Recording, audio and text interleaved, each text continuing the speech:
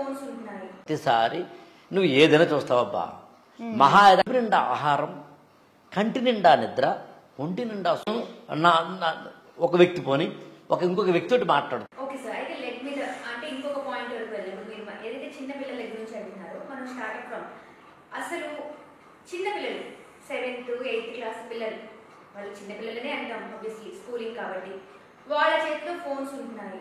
వాళ్ళకి ఇప్పుడు లవ్, ఈ సెక్స్ ఇవన్నీ తెలుస్తున్నాయి. ఇంకా చెప్పాలి అంటే సెక్స్ నాలెడ్జ్ తెలియాలి అనేది కొన్ని స్కూళ్ళల్లో పెట్టాలి, అసలు గుడ్ టచ్ బ్యాడ్ టచ్ అని చెప్పాలి అని అంటున్నారు. ఎంత మేరకు ఇది సమంజసం? అసలు ఇది గుడ్ ఆర్ బ్యాడ్? ఇది యాక్చువల్గా ఏంటంటే కన్ఫ్యూజ్డ్ లేయర్స్ అవి. అలా చెప్తాం.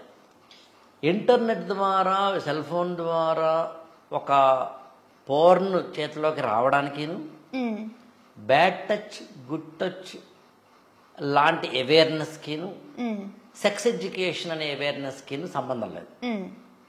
That is first point. This is entertainment, that is education, this is awareness. These are the 3 layers. మనం దేని గురించి మాట్లాడుతున్నాం అనేది మనకు క్లారిటీ ఉండాలి.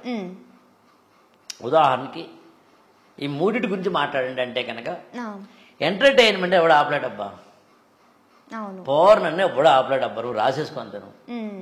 నీ ఇంటర్నెట్ నీ సెల్ ఫోన్లోకి మొబైల్ డేటా వచ్చిన ప్రతిసారి నువ్వు ఏదైనా చూస్తావబ్బా. మహా అయితే అక్కడ ఏముంటుంది, ఆఫ్టర్ 18 ఏదో డిస్క్లైమర్ ఇవ్వమంటుంది. 18 అని కొడితే అదే అడుగుతున్నా నిన్ను. ఎంతో కొంత అయితే కంటెంట్ వస్తుంది. There are equations. మళ్ళీ అటువైపు వెళ్ళడం చాలా ఎక్కువ టైం పట్టేస్తుంది. అందుకు దాన్ని ఆపలేమబ్బా. సెక్స్ ఎడ్యుకేషన్ ఇవాళ అవసరం లేదబ్బా. Sex education, I'm repeating it, 50 ఏళ్ల కింద అవసరం. ఒక స్త్రీ ఒక పురుషుడికి సమాజంలో డిగ్రీలు అయ్యేంత వరకు టచ్ కూడా లేని రోజుల్లో ఒక్కసారిగా కాపురంలోకి వెళ్ళినప్పుడు ఎలా బతకాలో, సెక్స్లో ఎలా పాల్గొనాలో తెలియని రోజుల్లో డాక్టర్ జి సమరం లాంటి వాళ్ళు, ఇంకో ఇతరతర పెద్ద పెద్ద వాళ్ళందరూ సెక్స్ ఎడ్యుకేషన్ ఇచ్చారు. మనిషికి కడుపు నిండా ఆహారం, కంటి నిండా నిద్ర, ఒంటి నిండా సుఖం ఉండడమే మనిషి యొక్క గొప్ప జీవితం. సందేహమే లేదు అసలు. సెక్స్ అనేది చాలా పవిత్రమైనది నా దృష్టిలో.